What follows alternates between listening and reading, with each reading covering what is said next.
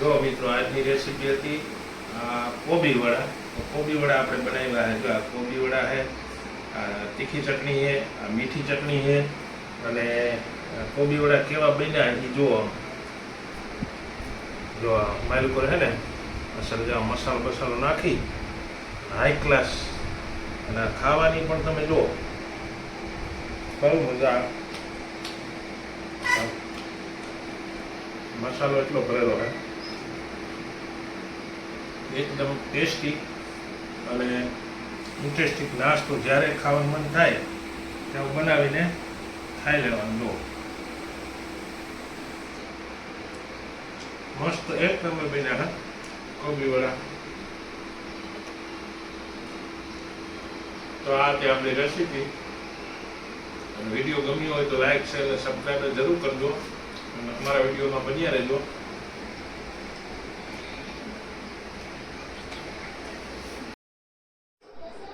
ચાલો મિત્રો, જય દ્વારકાધીશ. કેમ છો બધા? મજામાં ને? જો આજે આપણે બનાવવાના છે વડા, કોબી વડા. તો કોબી વડા બનાવવા માટે જો 3 બટેટા લઈ લીધા છે અને 1 કોબી લઈ લીધી છે. તો એને પહેલાં બાફવાનું છે. તો બાફવા માટે જો આ પાણી મૂકી દીધું છે અને પાણી ગરમ થઈ ગયું છે. તો આપણે એને બાફવા મૂકી દઈએ. જો આપણે બધું છે ને આમાં બાફવા મૂકી દીધું છે. જે આ રીતે બફાય છે. બફાઈ જાય ને પછી આગળની પ્રોસેસ આપણે ચાલુ કરશું. ત્યાં સુધી આ બફાવા દેવાનું છે. અડધી કલાક નહીં પણ 20 મિનિટ બફાવા દેવાનું છે આપણે એને. બફાઈ જાય ને પછી આગળની પ્રોસેસ હું તમને બતાવતો જાય અને કહેતો જાય કઈ રીતે બનાવવું. જો આપણે છે ને કોબી બફાઈ ગઈ છે એટલે કોબીને આપણે કાઢી લઈએ. આ રીતે બધી કોબી કાઢી લેવાની. આ રીતે બધી બફાઈને કમ્પ્લીટ થઈ ગઈ છે. આ રીતે કોબી બધી કાઢી લેવાની આપણે. પછી બટેટા છે ને બટેટા બફાતા રહે. આ રીતે તમે પણ આ રીતે એકવાર બનાવજો, ખાવાની કેવી ઓર મજા આવે છે. હવે આ બટેટા બફાય, બટેટા બફા દેવાના છે આપણે. એને એમ બફાઈ જાય ત્યાં સુધી, એટલા સુધીમાં આપણે બીજું તૈયાર કરી લઈએ. જો હવે આપણે આમાં ક્રશ કરવાનું છે. તો ક્રશ કરવાનું શું શું છે હું તમને બતાવું. જો એક ડુંગળી નાખી દીધી, એક ડુંગળી નાખી દીધી. પછી આ 2 મરચાં નાખી દીધા. જો આ 2 મરચાં. પછી આ એક ટમેટું નાખી દીધું. પછી આટલું આદું નાખી દેવાનું. પછી આટલું લસણ.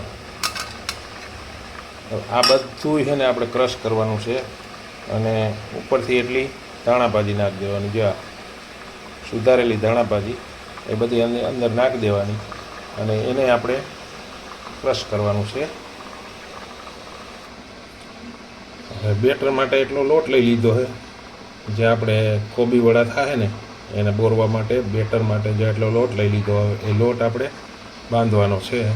એનું બેટર તૈયાર કરવાનું છે. બેટર તૈયાર કરીએ એટલામાં તો આપણા બટેટા બફાય છે એ બફાઈ જશે. જો આપણે છે ને બેટર તૈયાર થઈ ગયું છે. જો આટલું કડક રાખવાનું અને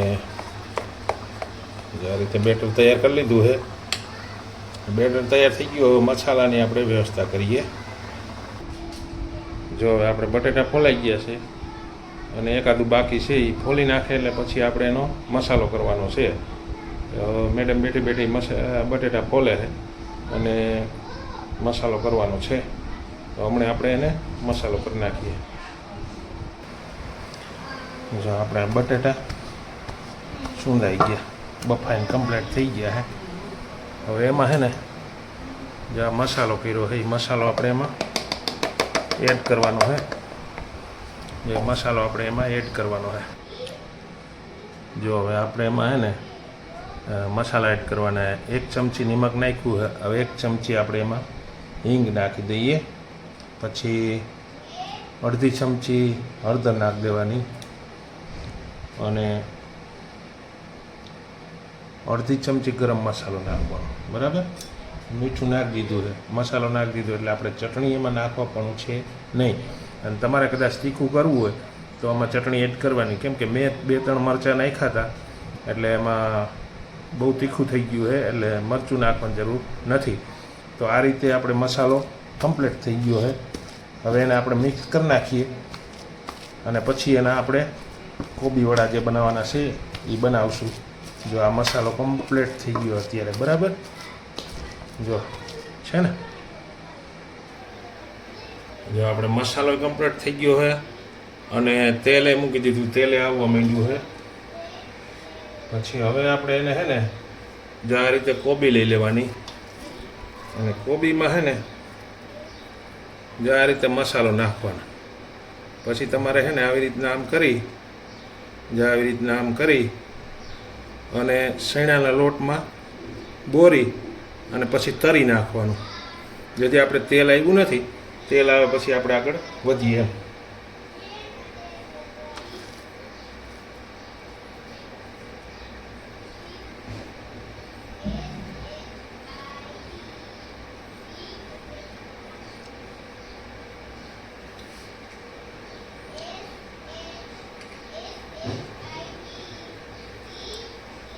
જો આપણે એક નાખીએ, તેલ આવ્યું હોય તો. જો આવ્યું છે પણ ઓછું આવ્યું છે એટલે થોડીક વાર રાહ આપણે જોવાની છે.